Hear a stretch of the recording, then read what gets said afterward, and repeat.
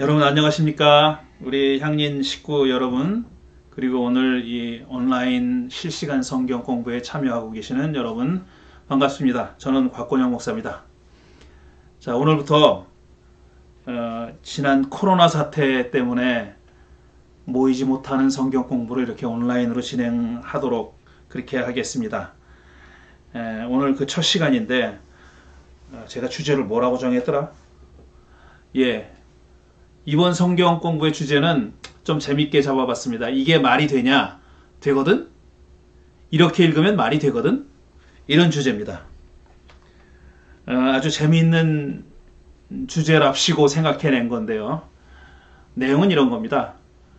우리 성경을 보면은, 특히 구약 성경을 보면은 지금 우리 현대인의 감각이나 상식이나 윤리, 도덕, 의식으로는 도저히 이해할 수 없는, 납득할 수 없는, 이게 말이 돼?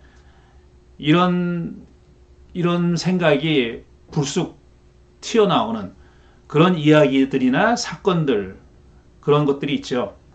그런 것들 중에서 몇 개를 골라서 그 당시 사람들의 생각과 가치관과 사고 방식 안에서는 왜 이런 말이 나왔는지, 왜 이런 사건이 일어났는지 하는 것을 설명해 보려고 하는 그런 성경 공부가 되겠습니다. 앞으로 어떤 내용으로 계속 진행을 할지에 대해서는 그날 공부 마지막 부분의 다음 시간에 내용을 말씀드리도록 하겠습니다. 그리고 이 성경 공부는 우리가 늘 격주로 모였습니다.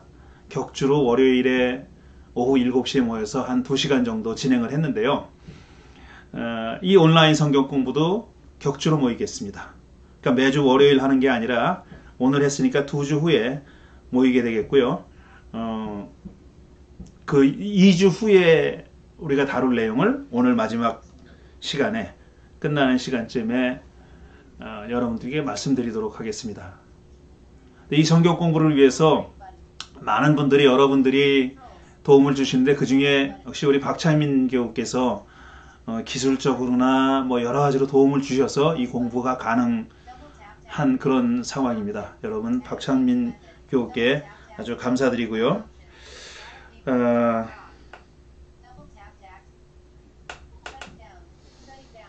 자, 이 공부를 이제 시작할 텐데, 오늘은 첫 시간인데 좀 재미없는 얘기를 해야 될 것 같습니다. 그런 얘기를 하려면은, 제가 지금 생각하고 있는 그 주제에 그런 얘기를 하려면은 성경을 읽는 방법이 우리가 아직까지 교회를 다니면서 들어왔고 배워온 방식과는 조금 달라야 됩니다. 아직까지 그냥 읽어왔던 대로 우리 어렸을 때 주일학교에서 배워오고, 사실 성경 공부를 교회에서 많이 한다고는 하지만 성경 공부를 제대로 정식으로 한다기보다는 어떤 특별한 목적을 가지고 성경 공부를 하는 경우가 많이 있죠. 그러니까 어떤 교회 삶에 도움이 된다라든가 아니면 신앙생활 하는데 도움이 되는 어떤 수단으로서 성경 공부를 하는 경우가 많이 있는데, 제가 지금 하려는 성경 공부는 그게 아니라 성경을 가능한 한 있는 그대로 이해해 보려는 겁니다. 있는 그대로 읽고 이해해 보고, 그랬을 때 우리의 어떤 신앙과, 우리가 지금 가지고 있는 신앙과 혹은 가치관이나 세계관이랑 맞지 않는 부분들을 우리가 어떻게 이해해야 될 것인가 하는 것을 살펴보려고 하는 그런 목적으로 이 성경 공부를 진행하는 것인데, 그러려면은 이제 우리 성경이라고 하는 책이 지금 우리 손에 들어올 때까지 어떤 과정을 거쳤느냐 하는 것을 대략적으로 좀 살펴볼 필요가 있습니다. 그래서 오늘 첫 시간에는 좀 재미없지만, 좀 지루할 수도 있지만 성경이 어떤 과정을 거쳐서 우리 손에 들어왔는지 하는 것을 먼저 말씀드릴 수밖에 없겠습니다. 요즘 여러 가지로 교회에서도 많이 얘기하고, 또 소셜미디어 같은 데서도 우리 제 페이스북 친구가, 저는 뭐 페이스북만 하는데 다른 건 하지 않고요. 페이스북만 하는데 페이스북 보면은 제 친구가 주로 이제 뭐 목사님들도 많고 기독교 신자들도 많이 있습니다. 근데 그래서 그 목사님들이나 기독교 신자들이 신앙에 관련해 가지고 페이스북에 글을 올리는 거 보면은 어떨 때는 좀 죄송한 얘기지만, 그런 글을 쓰시는 분한테 좀 죄송한 얘기지만 좀 답답한 때가 많이 있습니다. 아, 이게 이렇게 중요한 문제인가? 막 굉장히 논쟁을 벌이는 주제인데, 제가 보기에는 저게 이렇게 중요한 문제인가 싶은 그런 주제를 가지고 굉장히 격렬하게 논쟁을 하고 또 다투기도 하고, 어떤 때는 뭐 페이스북 친구를 끊어버리기도 하고 뭐 그러는 걸 봅니다. 그런 것을 보면서 아, 정말 무엇이 중요한디 하는 생각이 들 때가 한두 번이 아닙니다. 그 중에 하나가 뭐냐 하면은 하나님이냐 하느님이냐 하는 거예요. 하나님으로 쓰는 게 맞느냐, 하나님으로 쓰고 하느님으로 하나님으로 읽는 게 맞느냐, 아니면 하느님으로 쓰고 하느님으로 읽는 게 맞느냐, 이걸 가지고 논쟁을 벌이는데, 저는 뭐 솔직히 말씀드려서 그게 왜 이렇게 논쟁이 되는지 모르겠습니다. 번역어잖아요, 번역어. 우리가 뭐 번역어 아니대로 우리 말에 원래 하느님이라는 말이 있었죠. 오래전부터 우리 표준어로 하느님이라는 말을 써왔죠. 근데 그거를 굳이 일부 개신교에서는 하나님으로 써야 맞는다고 주장하는 거죠. 왜 그러냐? 뭐 이유는 대충 이렇게 얘기하는 거다. 한 분이니까 하나님이라고 쓴다.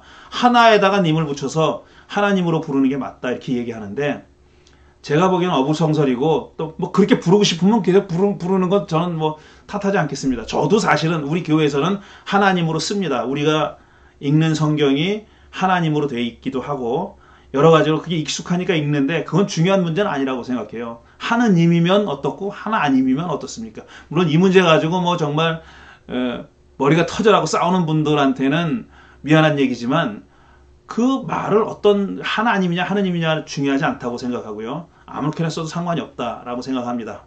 그 다음에 또 하나는 뭐냐면 성경이냐 성서냐 가지고 또 많이 얘기를 해요. 성경이 맞다. 그건 성경은 어떤 의미에서 좀 높이는 의미가 담겨 있고, 성서라고 쓰면은 또 낮추는 의미가 있으니까, 그거는 성경을 혹은 성서를 하나님의 말씀을 존중하지 않는 태도다, 이렇게 얘기하는데, 저는 그 말도 이해를 못 하겠어요. 성경과 성서가 그렇게 다른가? 그렇게 뭐 대단히 존경심의 표현이 되나 하는 그런 느낌을 가지고 있습니다. 중요하지 않습니다, 그거는. 그리고 제가 오늘 말씀드리고자 하는 내용인데요. 성경이 됐든 성서가 됐든 그건 하나의 책입니다. 우리가 가지고 있는 책이에요. 그리고 책입니다. 책은 책일 따름이에요. 책은 우리가 가지고 있는 뭐 1.1핵도 변할 수가 없다고 했으니까, 그 말이 무슨 의미든지 간에 어쨌든 우리가 가지고 있는 객관적인 자료입니다. 자료. 하나의 기록물이고 역사적인 문서이고 책이죠. 그냥 책은 책일 따름이에요. 제가 마지막으로 결론에 가서 얘기를 하려고 하는 얘기지만, 그냥 책은 책일 따름이고 책으로 읽는 것이 맞다. 문서로 읽는 것이 맞다. 문서라고 하면은 어떤 언어를 통해서 사건이나 개념을 전달하는 그런 문서입니다. 성경도 마찬가지예요. 그런 문서고, 이거는 적어도 수천 년 전에 사람들이 중동 지방에 살던 그 이스라엘이라고 하는 그 이름을 가진 종족이 자기들이 하나님을 만난 경험을 기록한 책이에요. 그 사람들의 경험을 혹은 고백을 담아서 우리에게 전해준 책입니다. 그럼 우리가 왜 그 이스라엘 사람들의 그쪽 구석에서 그 옛날에 자기들의 신을 경험한 책을 우리가 읽어야 되느냐? 그건 좀 생각해 볼 여지가 있는 거죠. 뭐 우리 종족도 그렇고 우리 민족도 그렇고 우리 결례도 그렇고 다른 결례도 자기네들이 비슷한 책들이 있을 텐데 왜 이걸 읽느냐 하는 것은 또 다른 문제입니다. 어쨌든 그건 나중에 기회가 되면은 얘기를 하도록 하기로 하고요. 그건 좀 신앙적인 문제고 좀 많이 따져봐야 될 문제이긴 하고, 이렇게 짧게 얘기할 수 있는 문제가 아니니까 앞으로 좀 더 얘기해 볼 기회가 있을 텐데요. 어쨌든 제가 지금 강조해서 말씀드리려고 하는 것은, 성서라는 건 그냥 문서고 책입니다. 글자고 문장이고 문단이고 문서고 책입니다. 우리가 중요한 것은 일단 이 성서를 이해하는 게 필요한 거죠. 이해하는 게. 성서를 알아야 된다는 것은 뭐 그저 어떤 그 안에 담겨 있는 심오한 진리를 깨닫고 무슨 어떤 계명하기 전에 이 성서에 담겨져 있는 내용이 어떤 것인지를 이해할 필요가 있다는 거죠. 그걸 이해하기 위해서는 이걸 쓴 사람들의 사고방식과 가치관과 세계관과 어떤 자기들이 경험했던 신과의 혹은 절대자라고 불러도 좋고 창조주라고 불러도 좋고 신이라고 불러도 좋은데 하느님과 만났던 경험을 어떤 방식으로 표현했느냐, 어떤 양식에 담아서 표현했느냐 하는 것을 이해하는 게 중요한 내용이라는 그런 말씀을 드리고 싶습니다. 자, 그래서 오늘은 성서가 우리 손에 오기까지 어떤 과정을 거쳤는지 하는 것을 일단 우리말 성경, 그 다음에 우리가 가장 많이 영향을 받고 있는 우리말 다음으로 영향을 받고 있는 영어 성경, 그 다음에 원어 성경, 이런 순서로 한번 역사적으로 짧게나마 따져보려고 하는 겁니다. 자, 우리말 성경 먼저 살펴보겠습니다. 우리말 성경은 몇 가지나 있을까? 굉장히 많습니다. 수요가 굉장히 많고 우리말 성경을 가진 역사도 굉장히 길어요. 제가 적은 거는 1911년부터니까 지금부터 100년이 더 지났습니다. 100년, 110년 전의 얘기인데 우리나라 최초의 구약과 신약이 다 들어있는 합본 성경은 1911년에 나온 이른바 구약 성경이라고 하는, 구역 성경이라, 죄송합니다. 구약이 아니라 구역 성경이라고 부르는 성경책입니다. 지금 성서공회 홈페이지 가니까 그림이 남아있더라고요. 그래서 제가 갖고 와봤습니다. 바로 이겁니다. 좀 흐릿하긴 하지만 이게 바로 1911년에 나온 구역 성경입니다. 근데 이 성경은요, 대본이 있을 거 아닙니까? 이게 번역이니까. 우리가 창작해낸 글이 아니라 번역한 거니까 번역 대본이 있는데 번역 대본이 뭔지를 잘 몰라요. 분명한 건 뭐냐면은 이 구역 성경은 1911년에 나온 구역 성경은 원문에서 가지고 온 성경은 아니라는 겁니다. 구약 성경은 대부분이 히브리어로 쓰여져 있고 아주 일부가 아람어로 쓰여져 있거든요.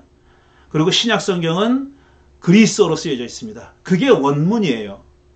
원래 성경, 원래 성경에 사용된 언어가 구약은 히브리어, 아람어, 그 다음에 신약은 그리스어인데 번역을 할 때 이 한글로 번역한 사람들이 그 원문에서 번역한 책이 아니라는 겁니다. 이게 출처가 불분명한 거죠. 그 다음에 나온 책이 1938년도에 나온 구역 성경의 개정판이 있습니다. 지금 그림으로 보시는 바로 저겁니다. 이건 뭐 개정판이긴 하지만 그저 내용이 많이 바뀐 것은 아니고요.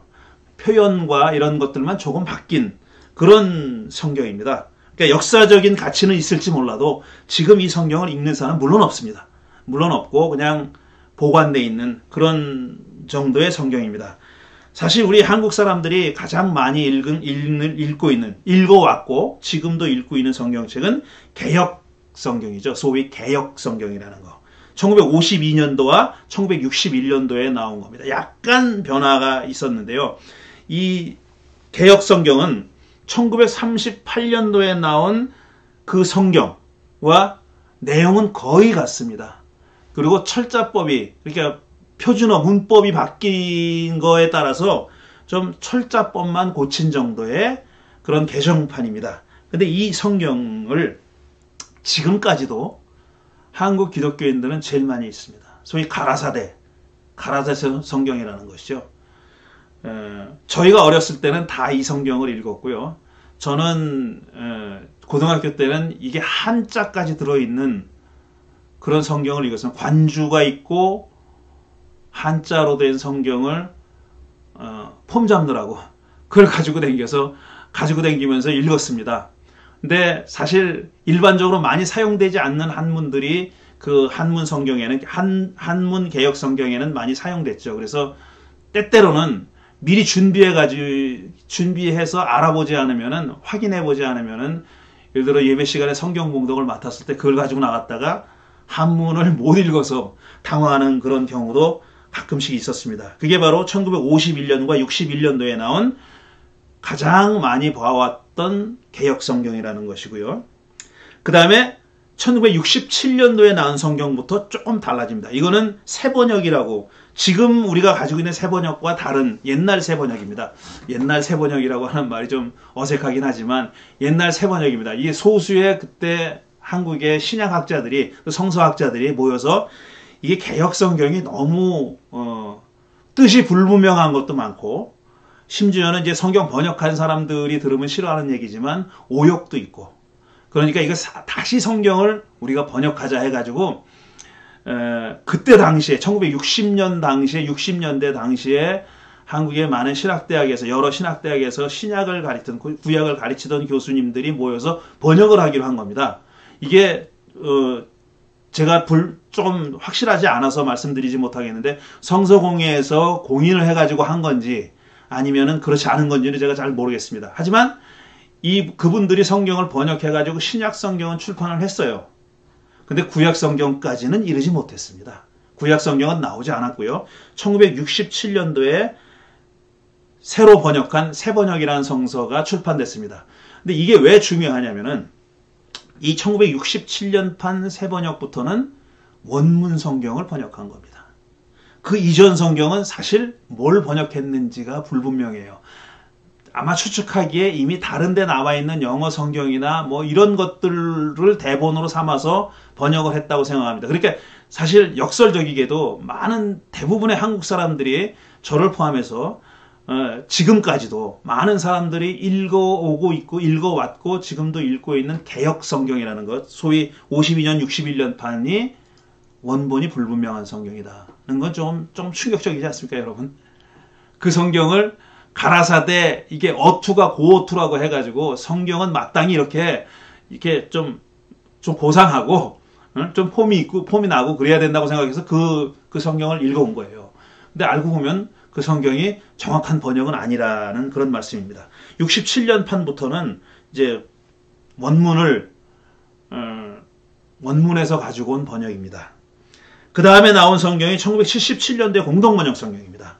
이 공동번역 성경은 개신교와 가톨릭교회가 모여서 함께 공동으로 우리 성경을 번역해서 그걸 공동으로 사용합시다 라고 결정을 하고 성서공회, 물론 성서공회가 이제 주관이 돼가지고 번역 작업을 한 겁니다. 그래서 1977년도에 첫 판이 나왔죠.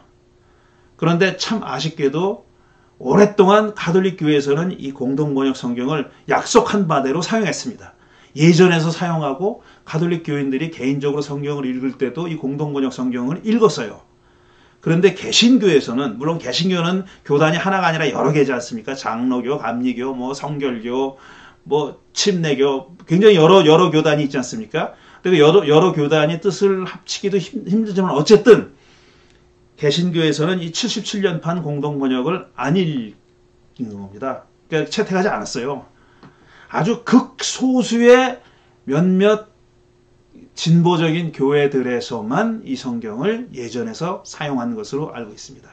대부분의 개신교 교회들은 이 성경이 일단 번역 원칙이 그 당시에 그냥 표준어, 그냥 평민들이 사용하는, 보통 사람들이 사용하는 표준어를 사용하자 그래가지고 이제 소위 이제 좀 폼 잡고 거룩해 보이는 말들을 사용하지 않은 거예요.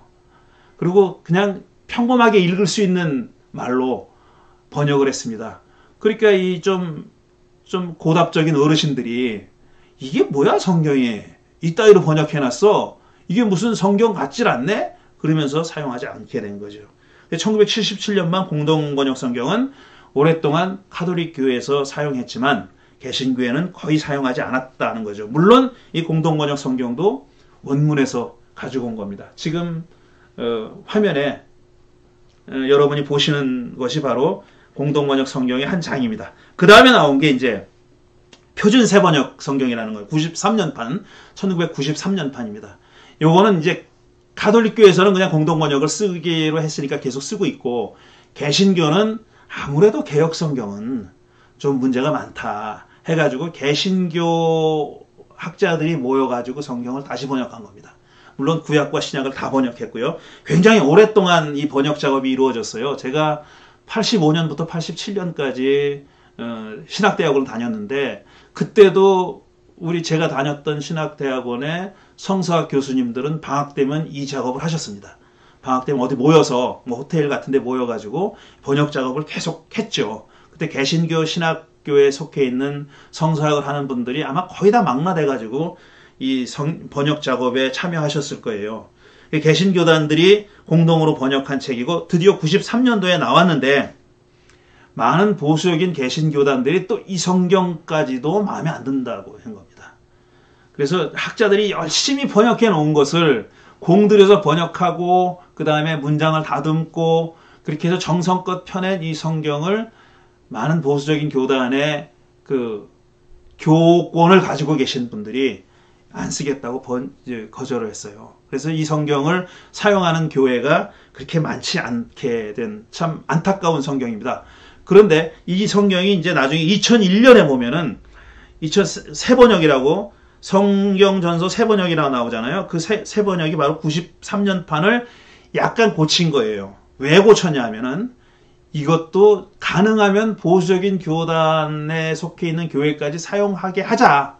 그런 뜻에서 그분들이 좀 불편해하지 않는 표현으로 바꾼, 그리고 좀 더 93년도 판에 잘못된 번역이 있거나 좀 불분명한 번역, 자연스럽지 않은 번역들을 고친 겁니다. 그렇게 많이 고치진 않았고 어떤 뜻을 바꾼 건 아니고요. 그냥 표현을 좀 바꿔서 낸 게 2001년도판 새번역입니다. 그 중간에 또 99년에 보면 가톨릭 교회에서도요. 공동번역을 개정판을 냈습니다. 그래서 99년에 나온 개정판은 정말 기존의 공동번역 성경을 아주 소폭으로 표현 정도만 고친 그런 성경입니다. 그래서 지금은 여전히 우리 한국 교회에서 대부분의 교회가 그 다음에 98년도 제가 하나 빼먹었네요. 개역 개정판이라는 게 나왔습니다. 이거는 1952년도와 61년도에 나온 개역 성경이, 그러니까 한국 교회들이 가장 많이 읽고 있는 그 개역 성경이 너무 표현이 너무 고답적이고 좀 오래돼 있고 너무 권위주의적이고 막 그러니까 그걸 좀 고친 거예요. 그 표현을 고쳐서 낸 것이 바로 개역 개정판입니다. 1998년도에 나왔고 지금 그래도 이 번역본을 쓰는 교회들이 점점 늘어나고 있습니다. 기존에 개역 성경을 사용하던 교회들이 이제 세대가 바뀌지 않습니까? 이제 젊은 세대들이 그런 표현들에 익숙하지가 않아요. 개역 성경이 표현하는 방식에 익숙하지가 않고 어떨 때는 무슨 뜻인지도 모르고 왜 이렇게 표현을 했나 하는 걸 잘 이해하지 못하는 부분이 많으니까 그걸 좀 현대화한 거죠. 말하자면 현대화해서 만든 게 바로 개역 개정판입니다. 이런 정도의 성경이 우리 한글 번역 성경입니다. 그래서 제가 추천드리고 싶은 성경은 두 가지예요. 공동번역 개역 개정판을 보시든지 아니면 저는 새번역보다 표준 새번역이 더 좋다고 생각합니다. 그러니까 93년도에 나온 표준 새번역을 우리 교회에서는 표준 새번역을 가지고 읽고 있습니다. 근데 공동번역 개정판도 괜찮고요. 좋고요. 그 다음에 여기는 쓰지 않았지만 가톨릭 200주년 기념 성서가 있습니다. 그것도 괜찮습니다. 그것도 좋습니다. 상당히. 근데 특징을 말씀드리자면은 그 가톨릭 200주년 기념판은 예수님이 하신 말씀을 존댓말로 표현했습니다. 이래라 저래라 하지 않고 이렇게 하십시오 저렇게 하십시오 이렇게 표현했어요. 그리고 특별히 이제 대중들에게 공중에게 군중들에게 말할 때는 다 존댓말을 쓰신 걸로 그렇게 표현했어요.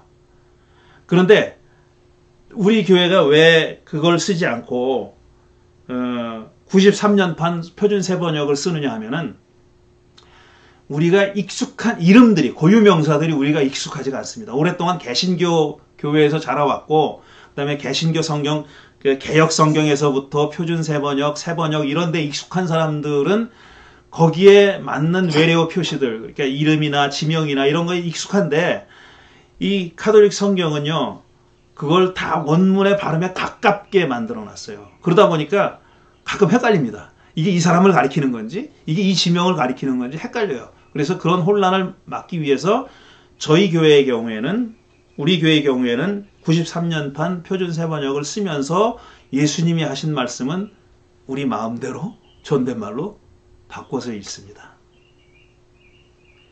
하나의 어떤 그 타협일 수도 있고 그렇다고 생각하는데 저는 아직까지 오랫동안 사실 저도 제가 목회하는 이 향림교회에서도 그냥 표준 세번역이나 세번역을 읽었어요. 그리고 예배 시간에도 그냥 하라체로 되어 있는 예수님의 말씀을 그대로 읽었습니다.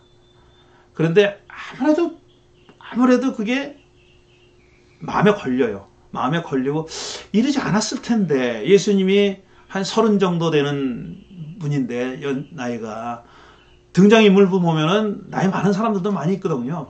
그런 사람들한테 이래라 저래라 했다? 그거는 그랬을 것 같지가 않은 거예요. 그리고 군중들이 모여 저도 지금 존댓말 하잖아요. 근데 그 군중들이 모여있는 많은 다중들을 대상으로 말씀을 하실 때 이래라 저래라 했다?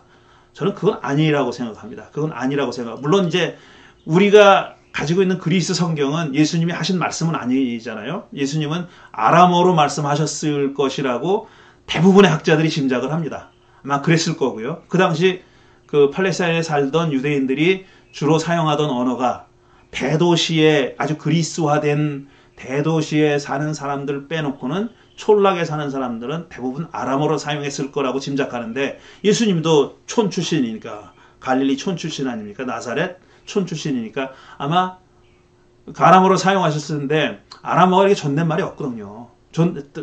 특별히 우리말처럼 존댓말을 따로 구분해서 표현하는 그런 언어가 아니니까 문맥에 따라서 생각을 해봐야 되는데 아마 존대의 의미를 담아서 말씀하셨을 테니까 우리도 존댓말로 읽는 겁니다.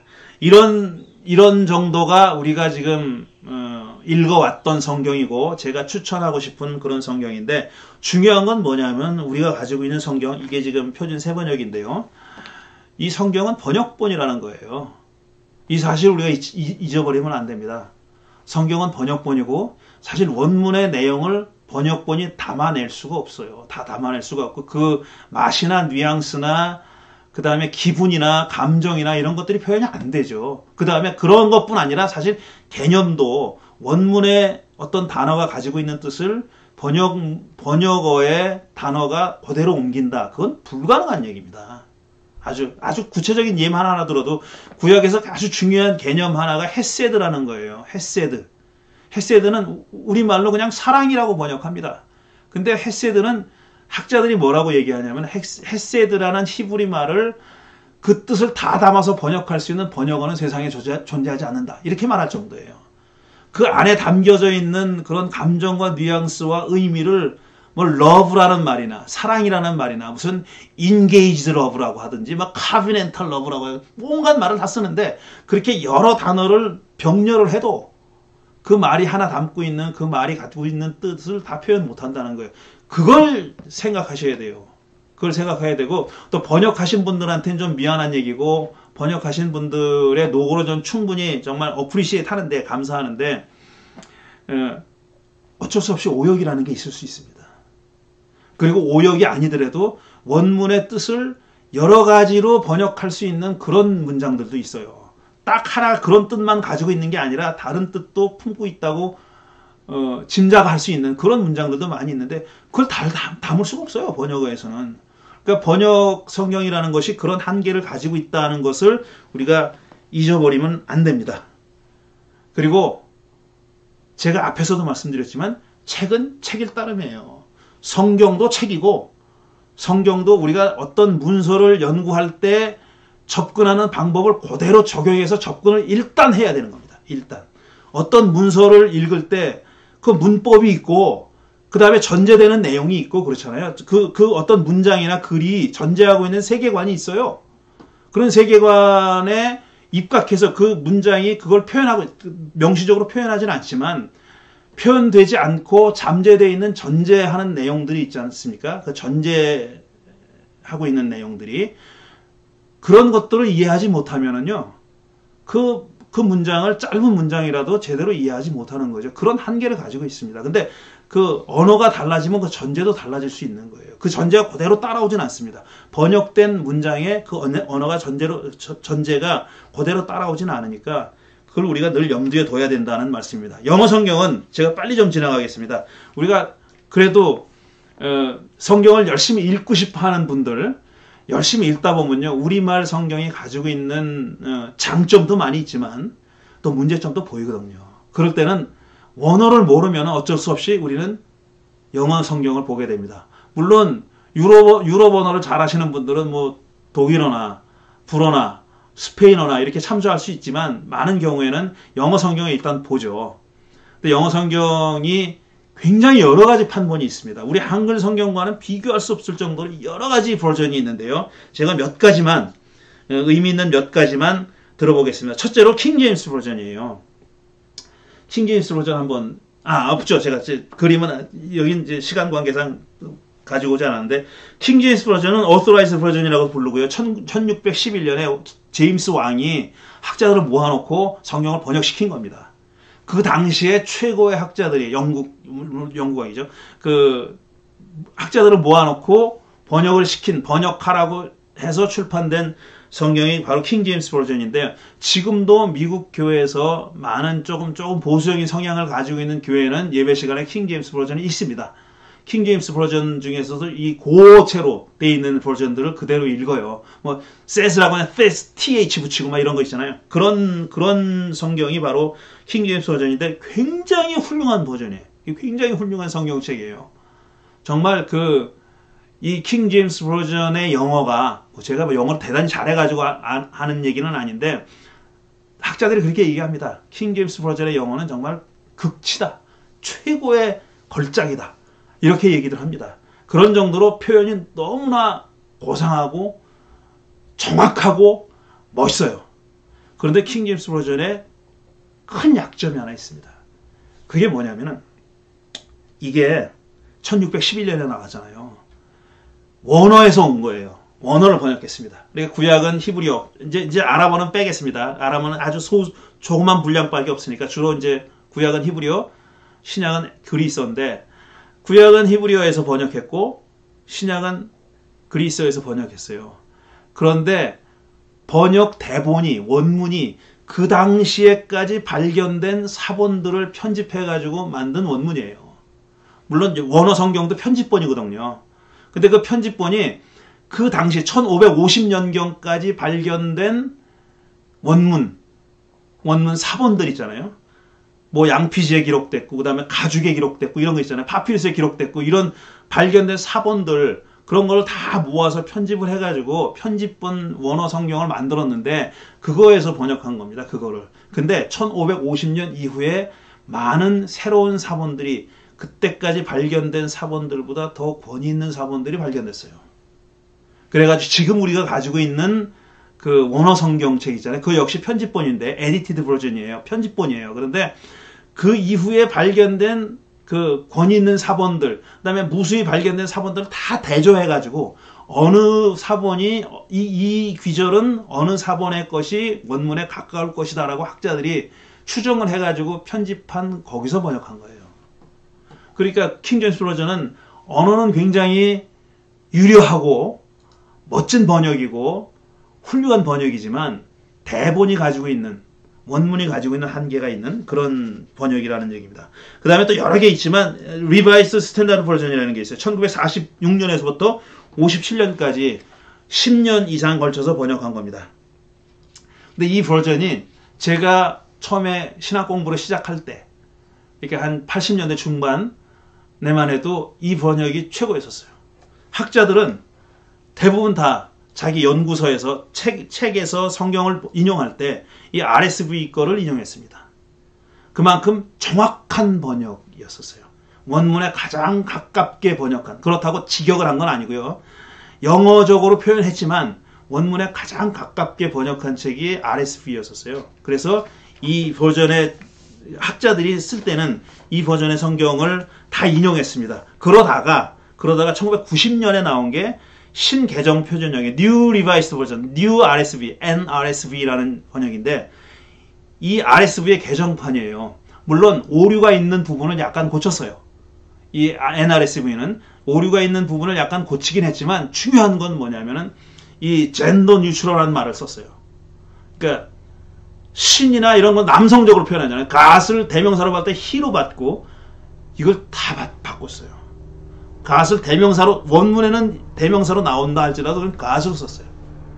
가급적이면은 이 남성 위주의 성적인 언어, 그런 젠더 언어를 안 쓰는, 그렇게 개정한 겁니다. 그게 1990년에 나온 신개정 표준역, 뉴 RSV고요. 그 다음에 영국에서 성경된, 이거 지금 두 개는 미국 성서공회에서 낸 겁니다.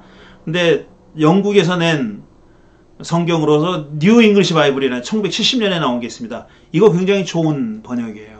이것도 우리가 영어 성경을 기왕 참조하고 싶으면요, NRSV나 RSV 참조하시고 또 하나 옆에다 놓고 싶은 게 있으면은 바로 이 70년에 나온 NEV나 아니면은 그 밑에 있는 것 REV라는 거 있잖아요. Revised English Bible이라는 거. 그거는 NEV의 개정판입니다.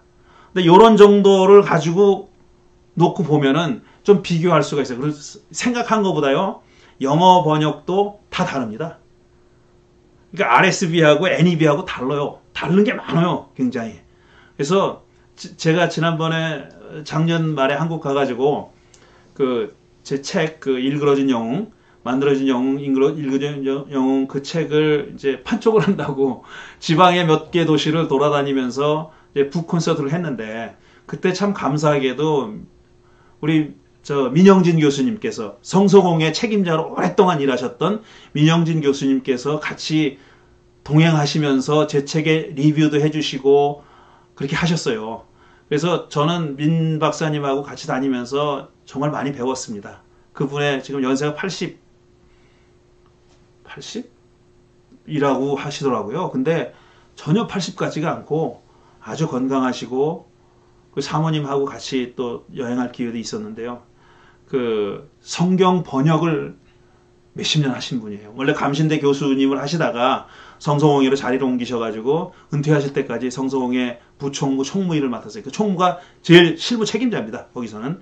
그런 일을 하신 분인데, 성서 번역에 관한 한, 우리말 번역뿐 아니라 사실 성서공회에서 외국어 성경도 많이 편해줬거든요. 그리고 번역에 참여하기도 하고, 그러니까 소수 언어들 있잖아요.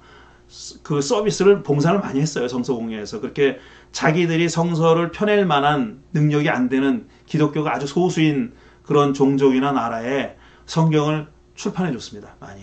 번역도 해주고 출판도 해주고 해줬는데, 그렇게 성서 번역에 관한 한은 정말 권위자라고 말할 수 있고, 그분은 예루살렘에 있는 히브리 대학에서 첫 번째로 유학한 한국 유학생이었었어요. 히브리 대학이라고 뭐라고 비교할 수 있을까요? 한국으로 말하면 정말 최고의 대학입니다. 거기서 가장 유명한 권위 있는 그런 대학인데, 거기 최초로 유학한 한국 학생이고요. 거기서 본문 비평을 공부하신 분이에요. 본문 비평은 사본 연구하는 사람입니다. 쉽게 말하면은 사본 연구하는 분인데, 그러니까 그야말로 진짜 전문가죠. 그리고 사본을 연구하신 분이고 번역 작업을 평생 해오신 분인데, 그 번역이 얼마나 지난한 과정을, 어려운 과정을 통해서 하나의 번역본이 나오느냐 하는 것을 제가 설명을 들었습니다.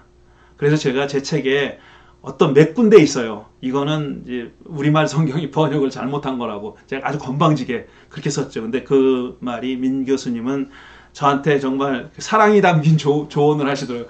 광 목사, 그러면 친구 잃어.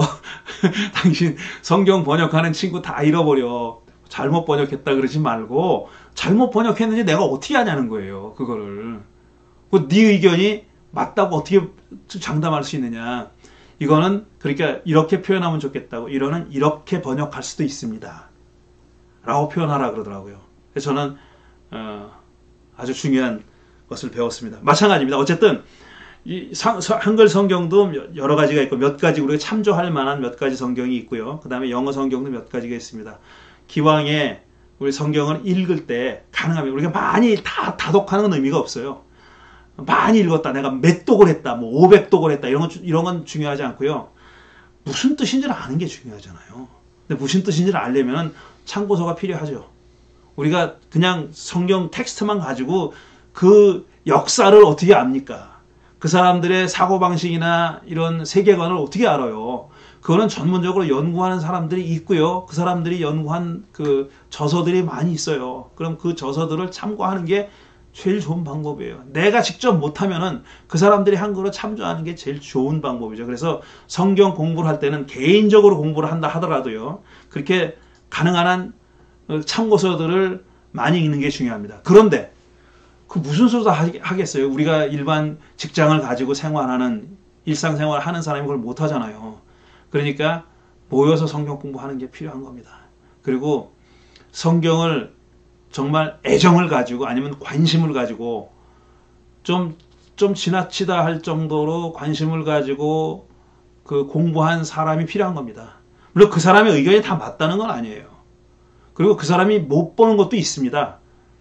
어떤 경우에는 그 너무 좁은 데만 이렇게 관심 가다 보면은 큰 그림 못 볼 수도 있어요. 그거는 오히려 비전문가가 큰 그림을 더 잘 보는 수도 있어요. 그러니까 그런 것들이 같이 합력하여 선을 이루자는 얘기죠.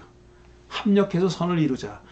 여러 방면에 다양한 일을 하고 있는 사람들이, 다양한 생각을 가지고 있는 사람들이 모여가지고 같이 토론하면서 찾아가는 겁니다.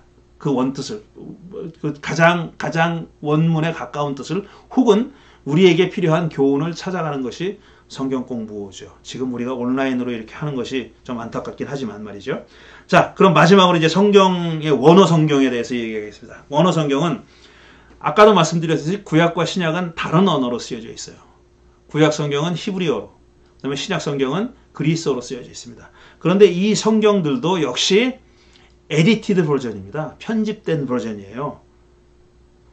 무수히 많은 사본들이 있는데, 아직까지 발견된 그 많은 사본들 가운데 어떤 거는 오래된 사본이고 어떤 거는 좀 새 사본이고 새로운 사본인데 후대의 사본이고 그렇잖아요. 사본들을 다 모아요. 그 본문비평이라는 성서학의 분야 중에 본문 비평이라고 textual criticism이라고 부르는 그 분과를 전공으로 하는 사람들은 그런 사본들을 연구하는 사람들입니다. 그 사본들을 다 모아가지고 가장 원문에 가까운 텍스트가 뭔가를 찾아가는 거예요. 가장 원문에 가까운 텍스트가 뭔가를 찾아가는 작업을 수백 년 동안 해온 겁니다. 아직까지. 지금 우리가 가지고 있는 구약만 보면은 히브리어 성경이라는 거는 그런 길고 긴 작업 끝에 편집된 성경이에요. 그것도 여러 번 개정판이 나와서 지금 현재 학문 세계에서 구약을 연구하는 사람들이 쓰고 있는 성경이 나온 거예요. 그게 뭐냐면은, 자, 1번, 가번에 보면은 비블리아 헤브라이카 스투트가르텐시아라는 거예요. 1977년도에 나온 3판입니다. 이게 3판이라는 건 2판이 있고 1판이 있다는 얘기잖아요. 약간씩 개정한 거예요. 근데 큰 메이저 개정은 아닌데 아주 그 대대적인 개정 작업은 아니고 조그마한 개정 작업이 이루어져가지고 3판까지 왔는데, 지금 현재 이 구약을 공부하는 사람들이 삼고 있는 대본, 원문이라고 읽고 있는 책이 바로 이겁니다. 1977년판 약어로 BHS라고 부르는 거예요. 비블리아 헤브라이카 스투트가르텐시아. BHS라는 성경을 오랫동안 1977년 이후로 지금 몇 년입니까? 2010년이니까 2020년이지 지금. 2020년이니까 무려 한 40년 가까이 쓰고 있는 거잖아요. 30년 이상 쓰고 있는 거죠. 맞나? 40년? 어쨌든 지금 그림으로 보는 게 표지이고요. 하나 남겨보시면은 그 안에 텍스트가 저렇게 돼 있는 텍스트입니다. 그 위에는 본문이고요. 그 밑에는 각주예요. 밑에 조그만 글씨로 써 있고 무슨 기호 같은 게 써 있는데 작아서 잘 안 보이실 텐데 그게 다 그 사인이 의미하는 바가 다 있어요. 그러면 어떤 사본에는 이렇게 돼 있고 어떤 사본에는 이렇게 돼 있고 하는 것을 의미 있는 사본들의 변종들을 밑에다 붙여놓은 거예요. 그렇게 이걸 가지고 이 성경을 가지고 지금 77년 이후에 연구해 오고 있습니다. 그런데 77년 이후에도 이 학자들 간의 생각이 많이 바뀌기도 했고 그래서 개정판을 내야 될 필요를 느낀 겁니다. 그래서 그 다음에 개정판을 내려고 하는 게 다번 보면은 비블리아 헤브라이카 퀸타라는 성경을 편집 작업을, 퀸타는 5판이라는 얘기, 5판. 5이라는 얘기잖아요. 그러니까 퀸타라는 작업을 하고 있어요. 이게 지금 왜 디우트로노미라고 신명기거든요. 지금 화면에 나오는 거는 신명기인데 저게 왜 아까 VHS처럼 전권이 이렇게 두꺼운 전권이 아니고 저렇게 낱권으로 되어 있냐면요. 아직까지 편집 작업이 끝나지 않았기 때문에 그래요. 이게 그러니까 제가 기억에 1990년대 중반부터 이 작업을 했습니다. 그러니까 1977년에 나왔잖아요. 한 20년 지난 다음에 개정을 해야 될 필요를 느껴서 1990년대 중반부터, 뭐 정확한 연대는 모르겠어요. 저 기억을 못 하겠는데, 제 기억에 1990년대 초반이나 중반쯤이었던 것 같아요. 그때부터, 개정을 해야 되겠다고 생각해서 전 세계에 있는 그 아까 본문 비평 작업을 전공으로 하는 교수들이, 대학과 신학교, 대학원의 교수들이 여름이 되면 독일에 있는 어떤 대학에 모여가지고 회의를 했습니다. 계속. 그래서 이 작업을 하고 있어요. 근데 그 1990년대 초면은 벌써 한 90년, 2000년, 2003년, 그러니까 27년, 27, 8년, 30년 가까이 됐는데 아직도 안 끝났습니다. 아직도 안 끝나서 풀 버전이 아직 안 나왔어요. 그러니까 창세기, 신명기, 룻기, 이런 식으로 쪽보금 스타일로다가 낱권으로 나와가지고 그걸 출판했습니다. 그러고 나서 사람들은 온갖 사람들의 의견을 듣는 거예요. 그 전공한 사람들이 주로 전문가들의 의견을 들어가지고 계속 오류를 수정하고 의견을 새로 바다를 고치고 있어요. 그러느라고 아직까지 못 나왔어요. 이게 나오잖아요. 그러면 지금 우리가 가지고 있는 성경책과 본문이 달라지는 게 있을 수 있습니다. 지금 우리가 가지고 있는 성경책에서도 뜻이 불분명하다고 돼 있는 구절들이 굉장히 많아요. 근데 정말 좋은 번역본은요, 그러니까 영어가 됐든 한글이 됐든 좋은 번역본은 히브리 원문이 혹은 그리스 원문이 불분명할 때 각주로 달아놓습니다. 이거는 분명하지 않은 해석이다. 그냥 유추해서, 추측해서 이렇게 해석한 것이다. 이렇게 달아놔요. 근데 이렇게 개역 성경 같은 거, 옛날에 뭐 가라사스 성경 같은 거 전혀 없죠. 그런 거 없죠. 그러니까 그게 좋은 성경과 좀 덜 좋은 성경의 차이라는 겁니다. 그래서 지금까지 퀸타 작업이 계속 이루어지고 있고, 한두 가지 사진을 더 보여드릴 텐데, 레닌그라드 사본이라는 걸 보여드릴게요. 이거 아닌데? 제가 신약 성경인데, 어쨌든, 뭐 시간이 없으니까, 지금 시간이 많이 갔으니까 띄워놓겠습니다. 나중에, 사진을 보여드릴 기회가 있을 텐데, 구약 성경이 창세기부터 역대기까지, 원래 히브리 성경은 역대기 하가 끝입니다. 근데 창세기부터 역대기까지 모든 성경의 모든 기조를 풀리 다 가지고 있는 사본. 그래서 제일 오래된 게 레닌그라드 사본이라는 거예요. 그래서 그것이 우리가 가지고 있는 이 번역본 VHS의 기본이 됐습니다. 기본 그 사본이 된 거예요. 처음부터 끝까지 다 있어요. 근데 그게 굉장히 후대의 사본이에요. 오래된 게 아니에요. 그런데 참 다행스럽게도 1947년도에 여러분도 많이 들어보셨을 사해사본이라는 것이 발견됐습니다. 사해사본이라는 것이 그림이 있을 거예요. 사해사본하고 굴하고 몇 가지 제가 그림을 보내드렸는데 한번 찾아봐 주세요. 그거 말고 뒤로 넘어가. 이게 이제 사해사본이 발견된 그림인데 조금 아까 먼저 사본. 이게 사해사본 중에 이렇게 깨끗한 사본도 있어요. 깨끗하게 발견된 그런 사본도 있지만 뒤에 사진을 보시면은 이렇게 아주 극히 일부분만 나와 있는 그런 부분도 있고요. 그 다음에 사진을 보시면은 이게 바로 사해사본이 발견된 굴입니다. 저 굴 속에서 어떤 그 항아리 속에 사본들이 들어 있었어요. 그걸 47년대 어떤 목동이 발견했죠, 저거를. 근데 저게 왜 그렇게 의미가 있느냐 하면은 우리가 지금 가지고 있는 구약 성경은 제일 오래된 사본이라 그래봐야 11세기, 10세기 이때 거예요. 기원 후 11세기. 그러니까 굉장히 늦었죠. 근데 저 사본은 생성 연대가 기원 전 1세기부터 기원 후 1세기 사이에, 그 사이에 만들어졌어요. 그러니까 굉장히 오래됐죠. 저기에 발견된 많은 사본들 가운데서 그 텍스트 문서들 가운데서 성경 텍스트가 많이 있습니다. 성경 아닌 텍스트들도 있어요. 근데 성경 텍스트가 많이 있는데 지금 우리가 가지고 있는 텍스트와 어떤 점에서는 놀랍게 비슷해요. 그러니까 한 수백 년 후에 7, 800년 후에 우리가 지금 쓰고 있는 성경, 그 성경 레닌그라드 사본 말하자면 레닌그라드 사본하고 쿰란 사본하고 어떤 거는 정말 비슷해요. 그래서 야 정말 이 그 성경을 텍스트를 보존하려고 했던 사람들, 그러니까 800년 계속 손으로 썼잖아요. 다 손으로 썼는데 어떻게 비슷하게 남아있을까 싶을 정도로 기적이다 싶을 정도로 비슷한, 대부분 비슷합니다. 그런데 약간의 변종이 있죠. 물론 우리가 가지고 있는 텍스트와 다른 텍스트가 저 사회사본 텍스트에는 발견된 그런 것들도 있습니다. 그러니까 그게 어떻게 발전돼 왔는지 하는 것을 연구해 볼 수 있는 너무너무 소중한 자료가 바로 저 사회사본입니다. 구약은 그렇고요. 제가 구약을 공부하니까 구약에 대해서 너무 길게 얘기했는데 신약도 마찬가지로 우리가 가지고 있는 그리스어 텍스트가 편집된 겁니다. 여러 사본들을 다 모아서 아까 말씀드린 학자들이 모아서 가장 원문에 가까울 것이라고 추측하고 있는 그런 텍스트를 만드는 거예요. 말하자면 지금 우리가 가지고 있는 그 에디티드 된 책 있잖아요. 구약 신약 성경, 그리스 성경, 그렇게 발견된 게 아니에요.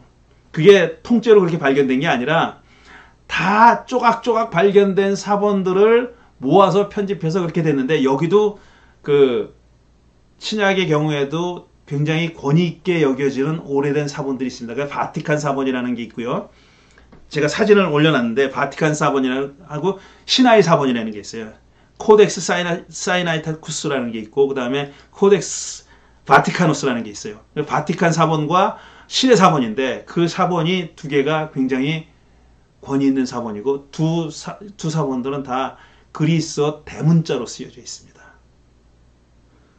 근데 그런 여러 사본들을 다 모아가지고 지금 편집된 그리스어 원문을 만들었는데, 저도 이거를 공부하면서, 오래전이지만 공부하면서 처음 알게 된 거예요. 아직까지 무수히 많은 사본들이 발견됐어요. 5,000개 정도가 발견됐다. 신약의 경우 5,000개라나 뭐 이 정도가 발견됐는데, 놀라지 마십시오 여러분. 그 사본 중에 똑같은 게 하나도 없대요. 글자 하나 차이가 없고 똑같은 게 하나도 없대요. 물론 이 5,000개라는 게 어떤 거는 굉장히 몇 구절밖에 없는 것도 있어요. 그러니까 뭐 마태복음부터 계시록까지 다 있는 게 아니에요. 몇 구절밖에 없는 아주 프래그먼트, 아주 조그만, 아주 그냥 파편화되어 있는 그런 조그만 사본들도 있는데, 그런 것조차도 예를 들어서 마태복음 1장 뭐 1절이 나왔다. 그러면은 다른 사본의 마태복음 1장 1절이랑 똑같은 게 하나도 없대요. 그 정도로 놀라워요. 물론 1장 1절과 1장 1절을 비교하면 똑같은 게 있죠. 그런데 사본 A와 사본 B를 비교해 볼 때는 똑같은 게 하나도 없는 거예요. 그 정도로 그쪽 세계 사람들이 쓰는 용어로는 유동적입니다. 우리가 가지고 있는 성경 텍스트가요, 플루이드예요. 플루이드. 고체가 아니라 유체. 그런 정도로 굉장히 안정되어 있지 않은 거예요. 쉽게 얘기하면. 그러니까 제가 시작하면서 책은 책이다 그랬잖아요. 책은 책이에요. 책은 그냥 책일 따름이에요. 우리가 가지고 있는 책은 우리 인류의 지성이라고 좀 과대 포장합시다. 인류의 지성이 하나님의 말씀이라고 여겨져 온 성경이라고 하는 텍스트들을 인간 지성을 최대한도로 발휘해가지고 가장 원문에 가깝다고 생각하는 것으로 만들어 놓은 거예요. 그런데 그것조차도 그 사본이 쓰여졌을 때는 굉장히 유동적이었던 거예요. 유대 사람들은요, 유대교인들은 기독교를 가급적이면 이해해 보려고 하지 않는, 그러니까 좀 친화적이지 않은, 그러니까 기독교 막 웃기는 종교야 이렇게 생각하는 유대인들이 있잖아요. 뭘 트집지 않냐면은 신약 성경 보면은요, 복음서에 잘못 인용된 말이 있어요. 그러니까 구약에 그게 스가랴에 있는데 예레미야에 있다 그래. 예레미야 예언자가, 이사야 예언자가 이렇게 말하지 않았냐. 그런데 이사야 예언자, 예레미야 예언자는 그렇게 말한 적이 없어요. 그 말은 다른 책에 나와 있어요. 스가랴에 나와 있고 다른 책에 나와 있는 그런 대목이 있어요. 그런 거 보고 유대인들이 이게 무슨 이건 인용도 제대로 못하는 그런 책이다라고 오랫동안 그거를 업수 여겼습니다. 그런데 이 사람들이 잘못 알고 있는 게 뭐냐면은 신약 성경이 기록됐을 당시, 그러니까 기원전 1세기 중반 이후에서 후반에서부터 2세기 초까지 신약 성경이 그 시기에 기록되지 않았습니까? 다 사도 바울의 서신이건 복음서건 다 그 시기에 기록됐는데, 그 시기에 그게 기록돼 있을 그 시기까지만 해도요, 모세오경은 거의 픽스되어 있었습니다. 구약성경의 모세오경, 창세기, 출애굽기, 레위기, 민수기, 신명기 이 5권은 말하자면 유대교에서는 성경 중에 성경이에요. 그게 제일 중요한 성경이에요. 시편이나 예언서나 뭐 잠언이나 이런 것보다 제일 중요한 성경이 모세오경입니다. 모세오경은 상대적으로 일찍부터 텍스트가 다 고정됐어요. 그러니까 그 안에 내용들을 아니면 단어들을 바꾸지 않도록 그렇게 고정이 돼 있었단 말이에요. 그런데 시편이나 예언서 같은 경우에는 심지어 1세기에도 고정되어 있지 않았어요. 무슨 말씀인지 아시겠죠? 그러니까 물론 그거를 예레미야인데 스가랴인데 예레미야라고 이해한 건 잘못한 거예요. 그 잘못 인용한 거 맞아요. 그런데 그 당시 사람들의 경우에 복음서를 썼던 사람들, 예수님 시대의 사람들은 그게 어느 책에서 왔는지 정확하게 몰랐다는 얘기예요. 모르는 사람들이 대부분이었다는 얘기예요. 그거는 그거 하는 사람들, 서기관이라고 하는, 소위 율법학자라고 하는 서기관이라고 하는 사람들이 자기네 잡이니까 직업이니까 정확하게 알았을 수는 있지만 대부분은 회당에서 말로 듣는 사람들입니다. 예수님 포함해가지고 다 아마 글을 못 읽는 사람이었었고요. 그러나 하도 회당에서 들으니까 굉장히 익숙하게 거의 외울 수 있을 정도의 구절들도 많이 있었죠. 그런데 인용을 잘못했다는 것은 거기서 비롯된 거라는 거예요. 제가 이 말씀을 이렇게 힘줘 드리려고 하는 이유는 뭐냐면은 책은 책일 뿐이고 수많은 오류들이 이 안에 들어 있습니다. 수많은 잘못된 점들이, 오탈자들이, 심지어는 오탈자, 내용적으로 잘못된 내용들이 들어있어요, 이 안에. 그거는 이게 너무 오랫동안 전수되어 오다 보니까 그 전수되어 오는 과정에서 많이 변형도 일어났고 첨삭도 일어났고 뭐 갖다 붙이기도 하고 고치기도 하고 그렇게 된 거예요. 자기들이 그 텍스트를 물려받았을 당시에 자기들의 상황에 맞게 또 재해석하기도 하고, 그런 정말 우리가 상상할 수 없는 전승 과정을 거쳐서 written down 된 겁니다. 그 다음에 쓰여진 거예요. 그리고 쓰여진 다음에도 계속 개작이 일어났어요. 그러니까 어느 시대의 성경을 텍스트를 보느냐에 따라서 텍스트의 내용이 단어나 사용된 단어나 이렇게 달라질 수 있는 겁니다. 제가 이 말씀을 계속 드리는 이유는 이거예요. 글자에 얽매이지 말자. 책은 책일 뿐이다 하는 겁니다. 글자에 얽매이지 말자 하는 거예요. 자, 이런 과정을 거쳐서 성경이 우리 손에 들어왔습니다. 몇 가지만 말씀드리고 오늘 제 얘기를 마치려고 하는데요. 성서는 하나님의 말씀이다. 이 말은 맞는 말입니까? 틀린 말입니까? 성경은 하나님의 말씀이다. 바이블은 하나님의 말씀이다. 바이블은 the word of God이다. 하나님의 말씀이다. 이게 맞는 말입니까? 틀린 말입니까?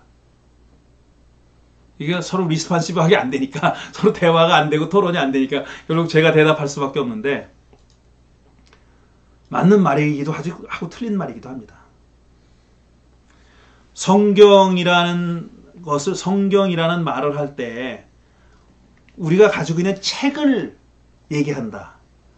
글자와 문단과 문장과 책으로 이루어진 이 책을 얘기한다. 이 책, 글자로 이루어진 이 책을 가리켜서 성경이라고 말한다면은 이 성경은 하나님의 말씀이라고 보면 안 됩니다. 이건 인간이 제작한, 인간에 의해서 제작된, 인간에 의해서 쓰여지고, 아니, 처음부터 얘기할게요. 인간에 의해서 구전으로 전승되었다가 어떤 특정한 시대에 문서화됐고, 문서화된 이후에도 수없이 긴 세월 동안 무수히 많은 사람들의 손에 의해서 개장이 됐고, 어떤 종교 회의에 의해서 거의 이제는 다 그 안정되게 공인화된 문서가 완전히 법적으로 아니면 종교 공식적으로 교권에서 공인화된 책이 성경이에요. 책으로서의 성경 그런 책입니다.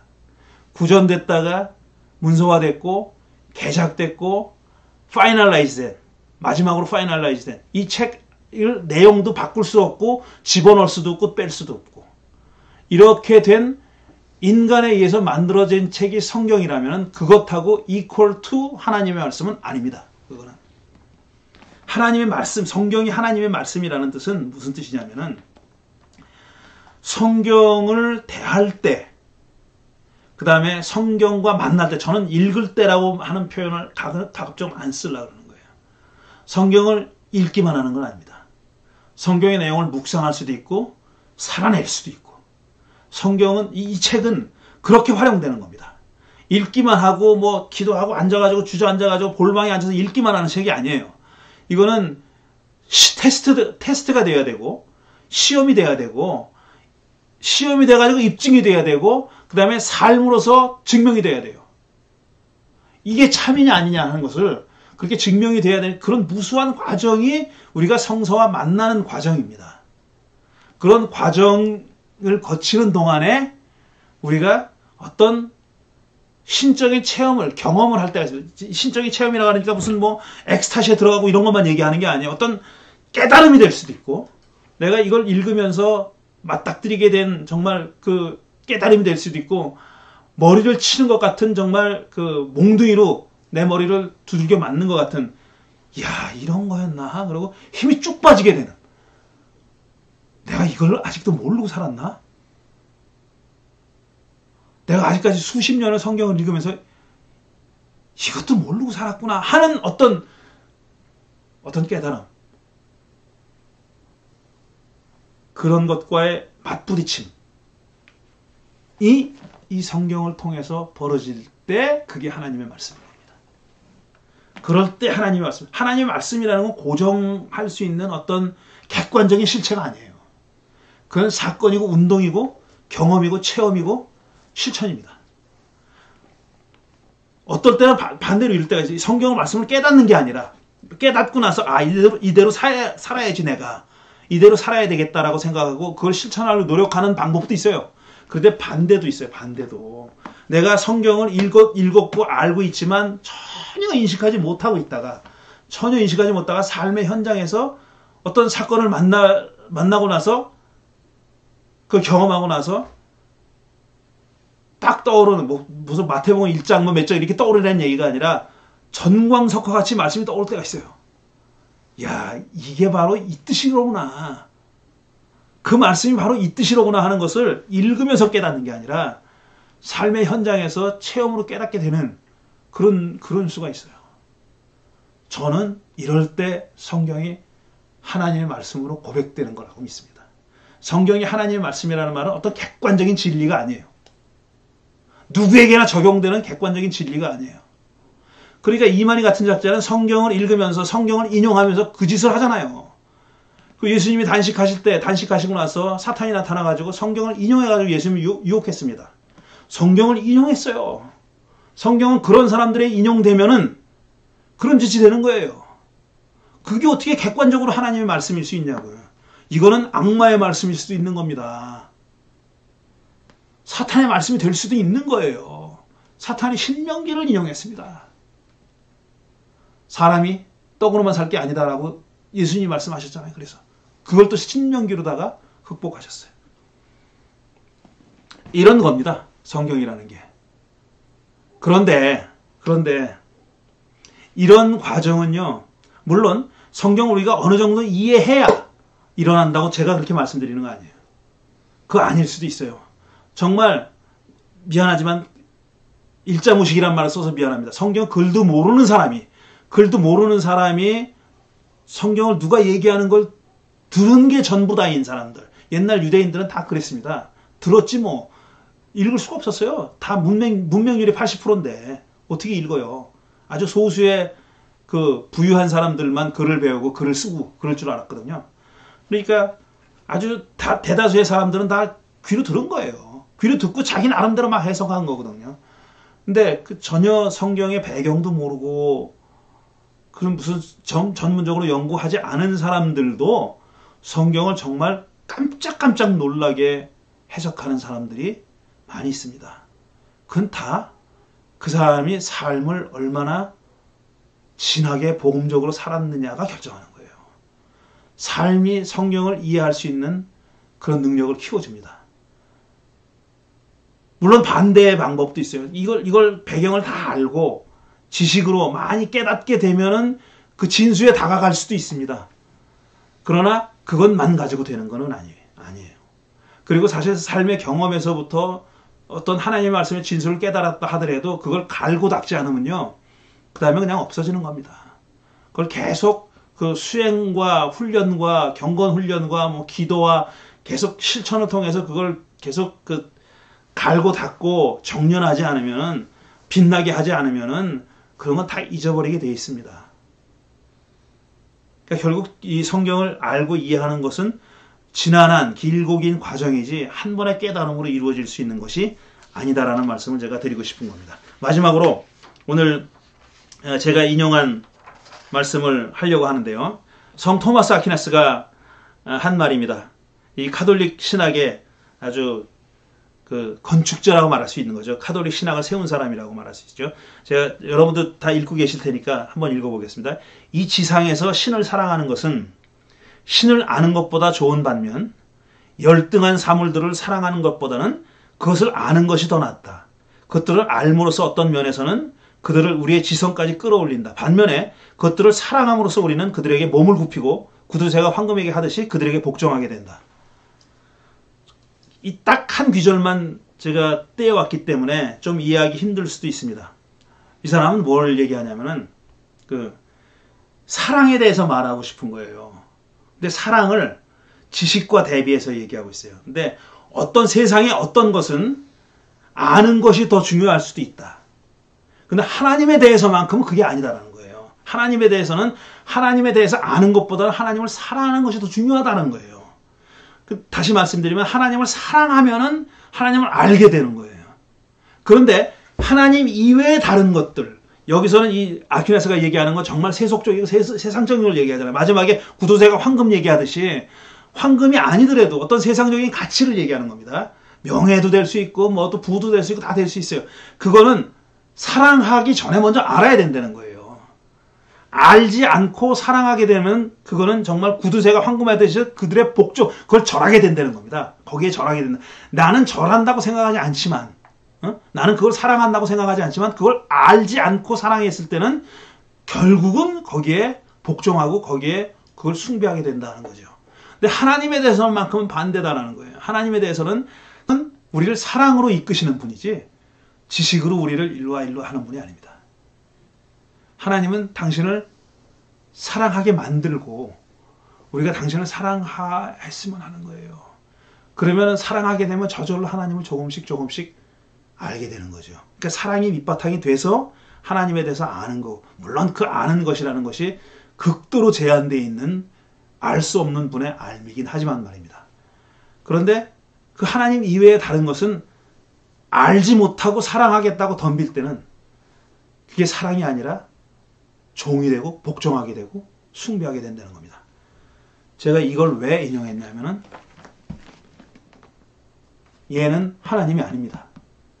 얘는 구두쇠에게 황금이 그렇듯이 기독교인들에게 이게 구두쇠에게 황금 같은 존재가 될 수도 있어요.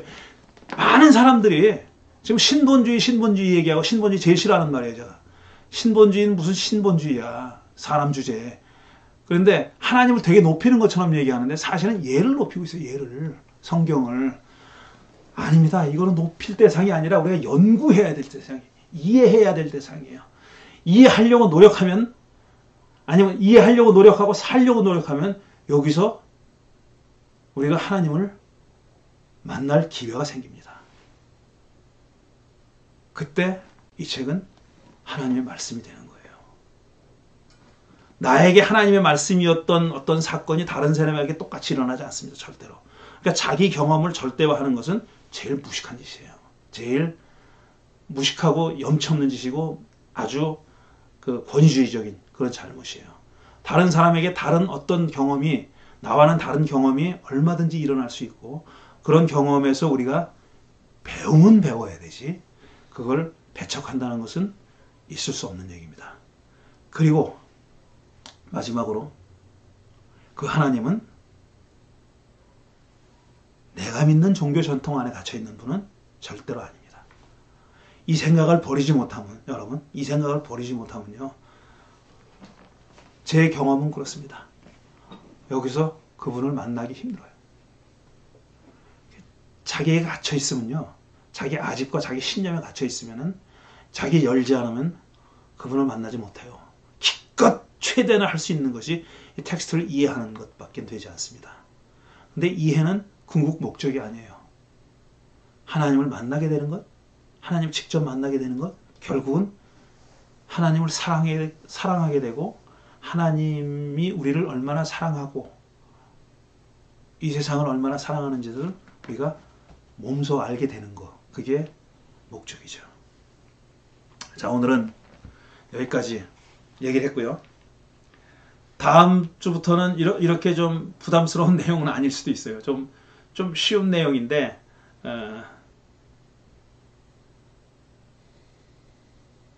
조금 쉽지만 이런 생각을 별로 안 해보셨을 거예요. 다음 주에 할 얘기는 뭐냐면은 자 창세기 얘기를 좀 하려고 하는데 아담과 하와를 하나님이 창조했죠. 그 다음에 동산에 쫓겨났어요. 그래서 가인과 아벨을 낳았어요. 그러니까 창세기의 얘기에 따르면은 온 지구상에는 4사람밖에 없습니다. 아담과 하와, 가인, 아벨. 그 다음에 아벨은 죽죠. 그러니까 3사람밖에 안 남았어요. 근데 가인이 장가가. 색시는 어디서 났어? 그거 읽으면서 이상하지 않았어요? 어디서 와이프를 얻었지? 그리고 가인이 쫓겨나면서 사람들이 날 죽일 것 같아요. 나 무서워서 못 나가겠어요. 그 하나님이 표를 주죠. 널 못 건드리게. 가인을 죽이려고 했던 사람들은 어디서 떨어졌나? 창세기를 글자 그대로 읽으면은 이런 딜레마에 빠집니다. 이거 어디서 나온 거고, 어디서 결혼했고, 그 얘기를 좀 해보려고 합니다. 그 얘기를 실마리로 해가지고 성경이란 책이 특히 창세기 1장부터 11장이라는 책이 어떤 성격을 가지고 있는 책이냐 하는 얘기를 해보려고 합니다. 자, 여러분 개봉박두 다음 주에 계속하겠습니다. 그리고 다음 주에는 지금 어떻게든지 방법을 조금 개선해가지고 여러분이 간접적으로라도 참여할 수 있는 그런 길을 만들어 보도록 하겠습니다. 지금 박찬민 교우께서 굉장히 여러 가지 방법으로 테스트해보고 또 다른 분들도 조언해 주시는 분이 많이 있는데 방법을 찾아보겠습니다. 오늘은 여기까지 하겠습니다. 고맙습니다. 오늘 3월 23일 온라인 성경 공부 첫 번째 시간을 마치겠습니다.